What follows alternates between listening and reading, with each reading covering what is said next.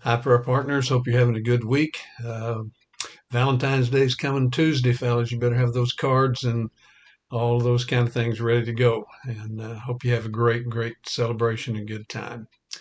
We've been talking about David's prayer in Psalm 23 as he's looking to God, reminiscing and thinking back over all of his life and praising God, thanking Him for all that He's done in his life. And you remember we talked several weeks ago about the fact that as David goes through this, in these short 6 verses of the 23rd Psalm, he reaches back into his memory, pulls out one of those thoughts, and begins to think and reminisce and thank God for all that He's done. And this week we're looking at verse 4 that says, Yea, though I walk through the valley of the shadow of death, I will fear no evil, for you're with me. Thy rod and thy staff, they comfort me. Boy, there's so much in that verse. And again, David is reminiscing, thinking back to all those experiences he had. And when he says, Yea, though I walk through the valley of the shadow of death. Don't know whether you're aware of it or not, but in Israel, even yet today, there's a place you can visit called the Valley of the Shadow of Death. It's about halfway between Jericho and Jerusalem. It's in the desert region, no trees, no shade. Summer months, it gets up way over 100 degrees down there. And the only relief and escape from the heat in that part of the country is in that valley because it's a narrow, deep, steep canyon with rock walls on either side that rise several hundred feet into the air. And the only time the sunshine reaches the floor of that valley is when it's high noon, when the sun is straight overhead. The rest of the day, morning and evening, it's a shadow that keeps that valley from having sunshine in it. Because of that, the temperatures are a little bit cooler in the floor of that valley, and all the wolves and lions and predatory animals have discovered that they can get back in those caves and crags of the rocks to get out of the heat. Problem is, for shepherds anyway, on their way from Jericho to Jerusalem to take their sheep there, the most direct route and the shortest distance is going right through that valley of the shadow of death. And when they start through there with their herd of sheep, they do something a little unusual. It did it in David's day, and if you go over there today, you can stand there and watch it happen. In Israel, shepherds don't herd their sheep, they lead them. They get out in front, and the sheep follow them. That's why Jesus said, My sheep hear my voice, and they follow me. Anyway, they get to that deep canyon, the valley of the shadow of death, and when they start through there, those shepherds do something very unusual.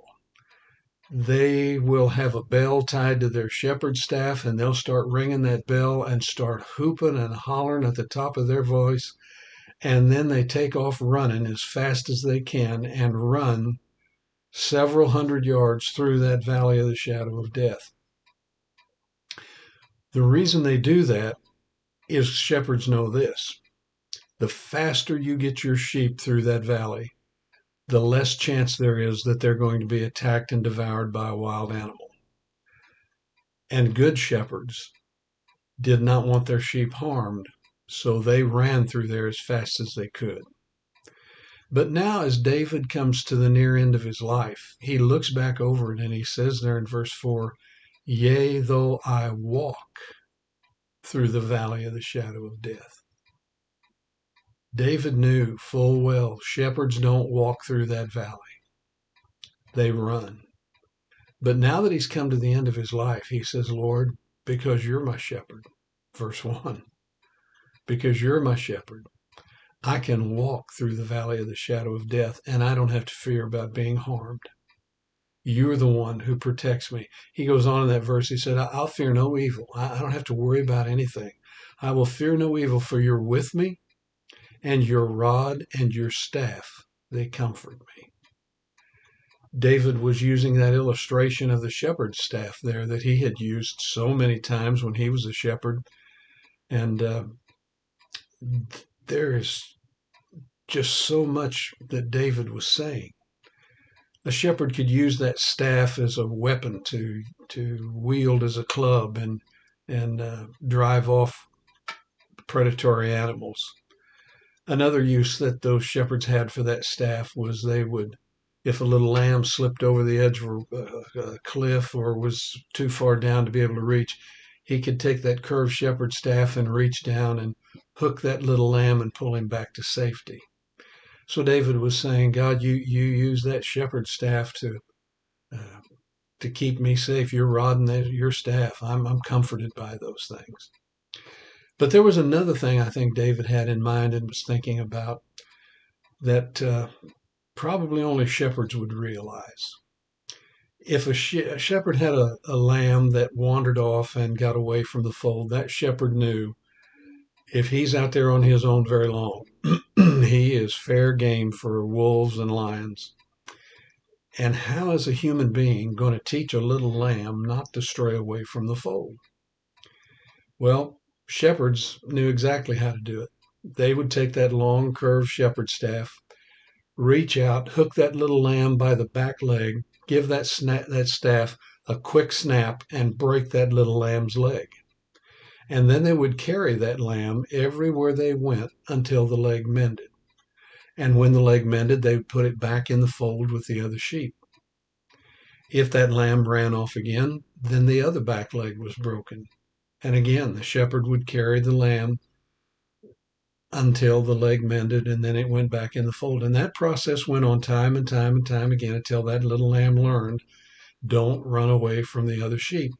Don't run away from the shepherd. The shepherd will provide safety. The shepherd provides food. The shepherd provides water. The shepherd provides everything we need. I think that's what David was thinking about when he wrote Psalm 23:4. Your rod and your staff, they comfort me. They remind me that you're going to protect me. They remind me that you're never going to let me be in a place where I'm going to be in peril or danger because you're always there to protect me. And when I wander away from you, you love me too much that you won't come after me. And you love me enough that you will teach me those hard lessons in life. You know, I've had a lot of people tell me, Brother Ron, that sounds so cruel that a shepherd would break a lamb's leg. Well, let me ask you what's more cruel.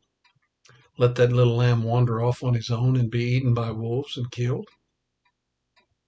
Or to have to ride around for a few months on the shepherd's back? You see, David was teaching us this. It's on the shoulders of the shepherd where we get to know the shepherd. It's through those broken leg experiences of life that we get to know about God. Not just know about him, but to get to know him personally. We become aware of his mannerisms and we accustom to his movements and his direction. We get familiar with his voice. It's on the shoulders of the shepherd that we learn more about him and understand more about him than we ever did running around out in the world doing our own thing.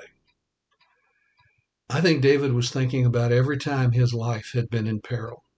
You remember when he was a young boy, 1 Samuel 17. I think he's remembering standing across the battlefield from a giant named Goliath and saying, Lord, this battle's not mine, it's yours. Your rod, your staff give me comfort. After he fought Goliath, he was in the Israeli army, and his life was in danger many, many times being in the army, going up against all their enemies. And yet God protected him every time. I think he's remembering, probably more so than anything, a day when his own son Absalom decided that he wanted to be the king instead of his dad David. And Absalom turned the whole nation of Israel against David. And David is running for his life, and his own son is the one who's trying to kill him. I think David's remembering all of those broken leg experiences of life, those hard times that God allows us to go through, not because he wants to beat us up and bludgeon us, but because he wants us to get to know him so that we'll draw near to him, so that we'll be on his shoulders, that he can take care of us, that we get to know him. Yea, though I walk through the valley of the shadow of death, thou art with me. Thy rod and thy staff, they comfort me. I'm never going to run so far that God won't come after me.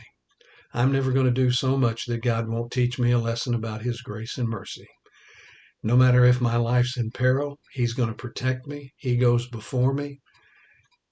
He leads me in paths of righteousness for his name's sake, like we talked about last week, so that he will be glorified. Hope you have a great week. Take just a few moments and reflect about all those difficult times you've been through in life. God didn't abandon you. He knew what was going on. He has a purpose and a reason. And if for nothing else, it's so we get to know him better. Hope you have a great week and happy Valentine's Day. God bless.